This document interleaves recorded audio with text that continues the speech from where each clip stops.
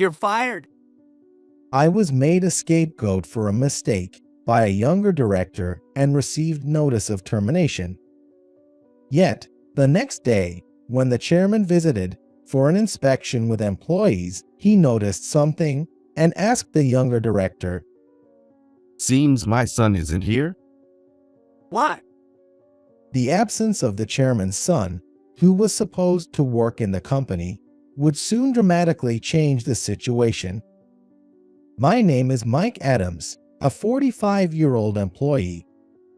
Told by my father to learn about society, I joined the current company. Mike, today, a younger employee is joining us, apparently the president's son, and will be appointed as a director. Is that so? This was whispered to me by Alex, a friendly colleague, 2 years younger than me. According to him, the president's son was to be appointed as a director today. Moreover, he's younger than Alex, and I thought he must be quite a capable person to be a director. But the following happened after that young director Tom finished his self-introduction. Your name? Mike Adams. Mike, I have a small favor to ask. Suddenly, he spoke to me, and before I knew it, he was asking me to buy coffee. Coffee. You didn't know where to find it. There's a vending machine outside. I pointed out the vending machine outside the office. However, Tom shook his head. I'm telling you to buy it for me. Giving such a plain response, just as you look. Should I spell it for you? I'm telling you to buy me a coffee. I was pointed out for my plain appearance and asked again by Tom. Everyone around, including Alex, was astonished. Why should I go out of my way to buy your coffee? Tom, we'll buy it. Please sit and wait. Alex hurriedly interrupted me from arguing back. Hearing that, Tom smugly returned to his desk. Let's hurry and buy it, Mike. I couldn't understand his actions. But I went to buy Tom's coffee with him. Why did you say that? He could have gone himself. After buying Tom's coffee from the vending machine, I questioned Alex. He immediately started looking around, making sure no one was listening, then explained. Tom is the president's son. We'll get into trouble if we don't comply. Trouble? I heard from others. If you get on his bad side, you're out. It actually happened in a department before. It seems like he reports directly to the president. Alex's complexion wasn't good as he revealed this. I was shocked such things were tolerated. So, that's how it is. Alex, thank you for helping me and giving me advice. No problem. It'll be tough, but let's keep working hard. Alex's expression softened, and he seemed pleased with my gratitude. I felt reassured, knowing there were still employees like him in the company. But then, strange things began happening around me. My pen's gone. Returning from the restroom during lunch break, my pen, which should have been on my desk, was missing. I searched around, but couldn't find it anywhere. I didn't have a choice. In the end, I decided to use a spare pen I had stored in my drawer. Then, I started working with it. Initially, I thought I just misplaced my pen. But similar incidents occurred the next day too. Arriving at work, my desk calendar, which I had left on my desk, was gone. Strange. Alex, have you seen my calendar? My pen disappeared yesterday too. Asking Alex, who sat opposite me, elicited an overly dramatic reaction. He quickly said, I don't know, but something seemed off. All right. Let me know if you find it. Understood. Alex's awkward demeanor caught my attention, but I decided not to press further and return to work. Yet, The following days continued with more of my personal items vanishing. Eventually, I suspected someone was deliberately behind this, especially since Alex had been acting strange since the losses began. Alex, can I talk to you for a sec? Yes, what is it, Mike? Surprised by my sudden call, he jumped. His unusual reaction piqued my interest. It was as if he was scared of talking to me. How about we take a break together? I've got something I want to discuss. At break time, I invited him, and after ensuring no one was around, he agreed, of course. What's been going on? You've been acting differently lately. That is... In the break room, as I was about to inquire about his recent behavior, Alex hesitated and then suddenly confessed. I'm sorry. I've been hiding your belongings. It was me. I was shocked by his sudden admission. I had suspected, but to hear Alex had been the one was surprising. Why would you do something like that? It's unlike you. Well, actually. Then, Alex told me that Tom had ordered him to do so. He said he was threatened to be fired by the company if he didn't obey the order, as Tom would tattle to the president. I have a family and a daughter. I was afraid of disappointing them if I get fired. I see. I understand your situation. Don't worry, you won't get fired over something like this. What? Alex was surprised by my confident assurance. He had a face that seemed to ask, "How can you say that with such confidence?" That would be revealed a bit later. It was when Alex and I returned to the office from the break room. Thank you for lending me these, Mike. As Alex returned my belongings, Tom approached us. What are you doing, Alex? Predictably, Tom, who had given Alex the instructions, bit the bait, and I pretended to be puzzled. What do you mean? I'm just getting back the things I lent to Alex. Despite being threatened, Alex trusted me enough to muster the courage. Feeling, this can't go on, I deliberately drew out Tom. I thought he wouldn't stop unless we did this because his actions had been so negative. Really, Alex? So you were lying when you said those items were yours? Quite the thief, then? Thief? I've said, I lent them to him, and now I'm getting them back. Despite Tom's baseless accusation, I pointedly called him out. The grimace on his face indicated that my words had struck a nerve with him. Don't be fooled by appearances, but out of the conversation between me and Alex. In case you didn't know, I'm the president's son. You know what happens if you lie, right? Tom's attempt to intimidate me caused a stir among the nearby employees. Then, one employee hurriedly appeared before Tom. Tom, what are you doing here? The meeting time has long passed. Apparently, skipping an important meeting to be here, most employees were appalled by Tom's behavior. However, in this situation, Tom smirked mischievously, as if he had come up with a good idea. I wasn't even aware there was a meeting. Seems like Mike failed to inform me. Tom tried to pin his mistake on me, causing me to frown involuntarily. Maybe he deliberately made a mistake intending to blame me. So, what are you going to do now? This meeting was to prepare for tomorrow's client visit. If I report to the top that you didn't inform me, Mike, it'll be your responsibility, and you'll be fired. No, Mike. Hearing Tom's words, as he said them with a loud laugh, Alex looked at me, his face filled with worry. But such concern was unnecessary. It's okay, Alex. I assured the anxious Alex and then fixed Tom with a sharp gaze. Me, fired. Before that happens, I'll gracefully leave this company, so no need for that. Is that so? Then you better leave the company quickly. Tom smiled contentedly upon hearing my words.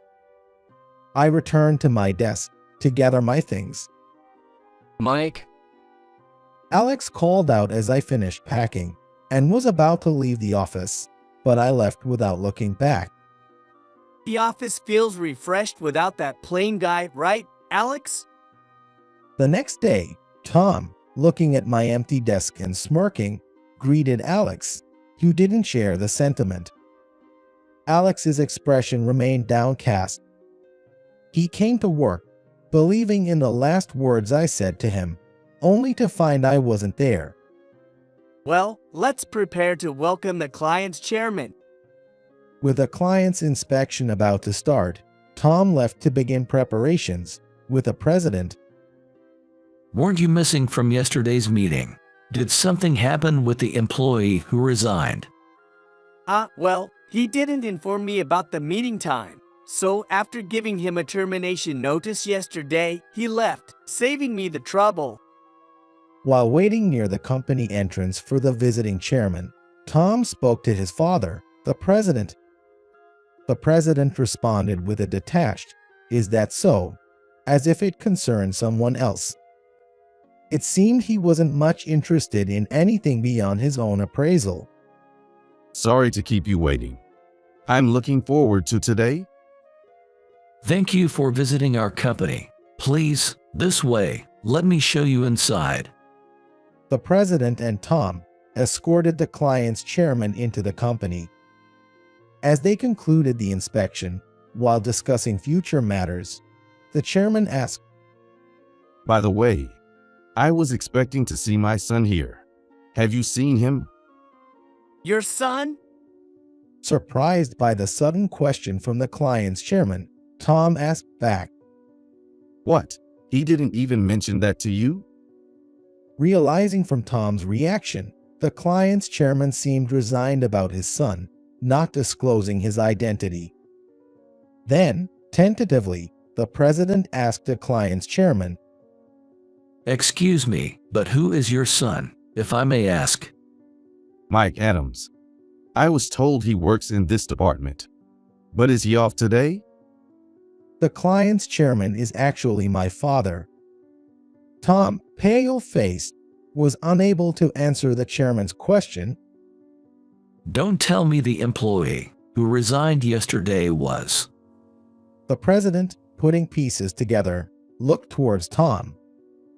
Tom nodded tremulously, admitting the president's suspicion was correct. At that moment, the president's anger erupted.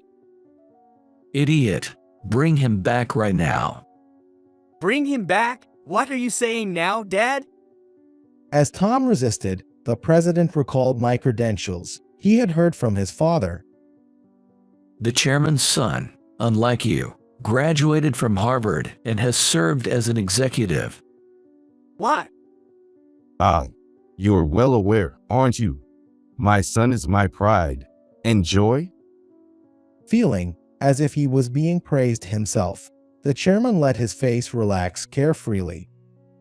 The chairman might be a helicopter parent, Tom thought, but the president's shout snapped him back. Bring him back now, immediately. All right, all right. Scolded by the president, Tom, feeling reckless, pulled out his cell phone from his suit and moved away to call me. The chairman watched, clearly exasperated. Is it really necessary to bring my son if he's off today? No, it's best if your son also joins our discussion. Please, feel free to wait here. The president hastily put on a smile, having kept the chairman and his staff waiting in the reception room until I arrived. You got me scolded by the president because of you. I wasn't informed. You're the chairman's son. He's looking for you, so come to the company now. Tom, sounding puzzled, called me on my phone. He had driven me to resign, and now this. I listened to Tom's words, but everything seemed to be going as planned. I knew my father was coming to inspect the company, so I had anticipated that Tom would find out who I really was, but it seemed like my father was still unaware that I had already resigned.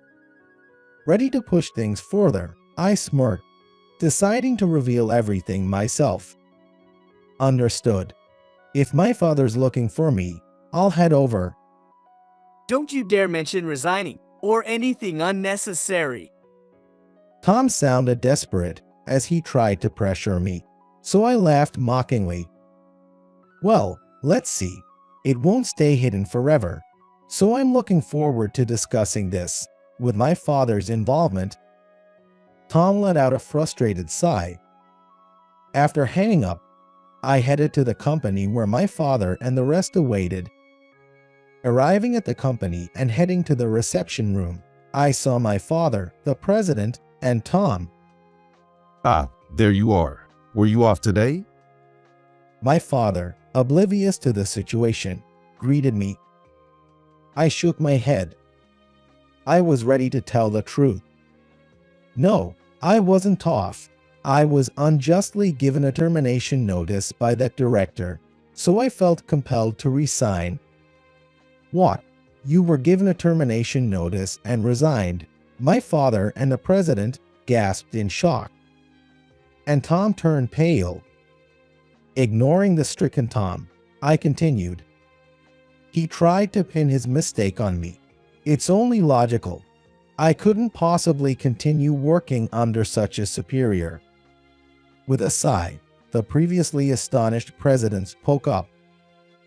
He said you forgot to inform him about yesterday's meeting. Was that a lie from my son? Unfortunately, it seems you were misled by your son's words. Perhaps you should ask him directly. With a pressing smile, I made my point, causing the president to blanch. Turning to Tom, he raised his voice. What is this, Tom? You lied to me too. It's not a lie. I just forgot about the meeting. Forgetting and then blaming the chairman's son for your mistake. That's a grave issue in itself. Intending to make excuses, but digging his own grave instead. Classic Tom. So, such things happened before my visit. My father interjected, prompting the president to halt his scolding. There's no need for further anger. Chairman. They thought the chairman was showing mercy. The president and Tom brightened up their expressions. But in the next moment, both were plunged into hell. I'll be terminating our contract with your company. So be at ease. Farewell. Chairman, I'm truly sorry. Regardless of not knowing about your son, what my son did, please reconsider. As my father stood up and called out, "Let's go," the president hurriedly apologized and tried to persuade him to stay, but my father's mind was unchanged. Even if I didn't know about my son, I can't continue a contract with a company that treats people so unfairly. Hurriedly heading towards the door, my father, accompanied by his staff, was the first to leave the reception room. The president hastily followed after. I intended to take over my father's business eventually. Working here was just for social experience, so leaving the company just came a bit earlier than planned. Seeing Tom looking regretful, I couldn't help but gloat. Ah, but I doubt you and this company's future will be bright. If only you hadn't ordered Alex to take my belongings or tried to pin your mistake on me. What a shame. Think you've won, huh? Doesn't matter if you're the chairman's son or we lose a contract, there are plenty of others. You don't get it, do you? There aren't many companies with contracts as big as my father's company. Ever wonder why the president chased after the chairman so desperately not to lose the contract? Think hard with that poor brain of yours. When I couldn't help but express my astonishment, Tom flew into a rage. He seemed like someone who could only respond with anger. Well, I hope another big contract comes your way then. I'll take my leave now. Thank you for everything. I left the lounge, dodging the enraged him with insincere words. Unlike with the president, Tom didn't follow me, making me chuckle at the foreseeable future. Despite the president's efforts, the contract was terminated. Really? He was so persistent, complaining about not wanting to lose the contract. If only he disciplined his son properly?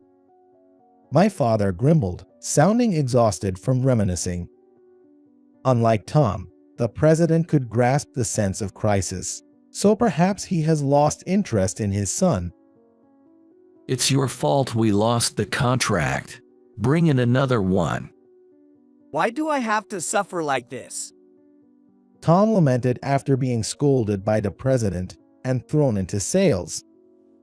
But the conversation in the lounge had been witnessed by employees, and rumors about the president and Tom spread to other companies. Sorry, we're not interested. Please try elsewhere. Leave and don't come back to our company. Tom was met with rejection everywhere he went.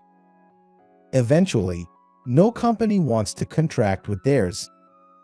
What a mess. Returning to the office without any sales success, Tom's failure caused unrest among the employees.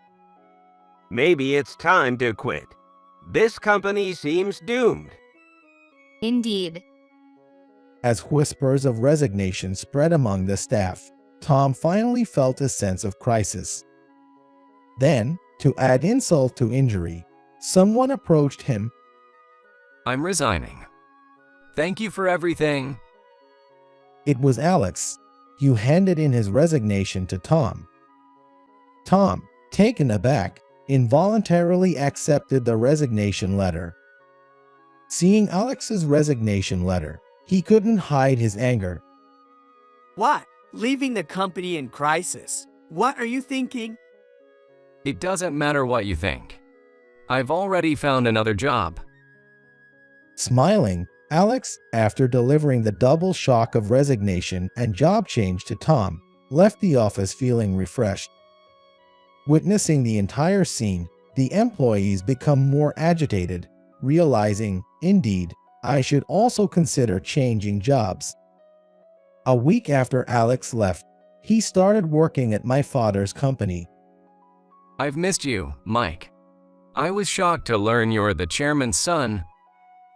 Sorry for surprising you. We got successfully reunited at my father's company. Alex shared this tearfully. In fact, after I resigned, I revealed my identity to Alex and invited him to work together at my father's company. I owed a lot to him from our time at the previous company. Leaving him at the old company would have risked his job. Indeed, the previous company we both worked at went bankrupt. Contracts were canceled one after another, and employees resigned en masse. The president had no choice but to declare bankruptcy, and Tom was blamed for the downfall.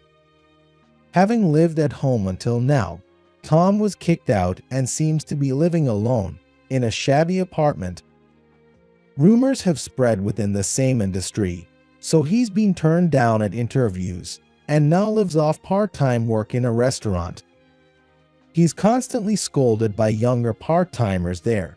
I thought of dropping by with Alex to catch a glimpse of Tom's miserable face, if I feel like it. As for me, having gained sufficient social experience at the previous company, I was appointed vice president. Eventually, you'll take over for me. I'm counting on you to work even harder, my father said, hinting at the future responsibilities I would bear. Alex, having been just a fellow employee until recently, was full of confusion. Just treat me like you always do. I prefer it that way. Really? It feels a bit presumptuous. But I'm grateful to you, Mike. You helped me at the previous company and introduced me to this one. Thank you. Seeing Alex's beaming smile made me happy too. He said it allowed him to protect his family, but I reminded him that It was his achievement. Let's both keep up the good work. Yes, of course. And so, we embarked on a new beginning, striving forward every day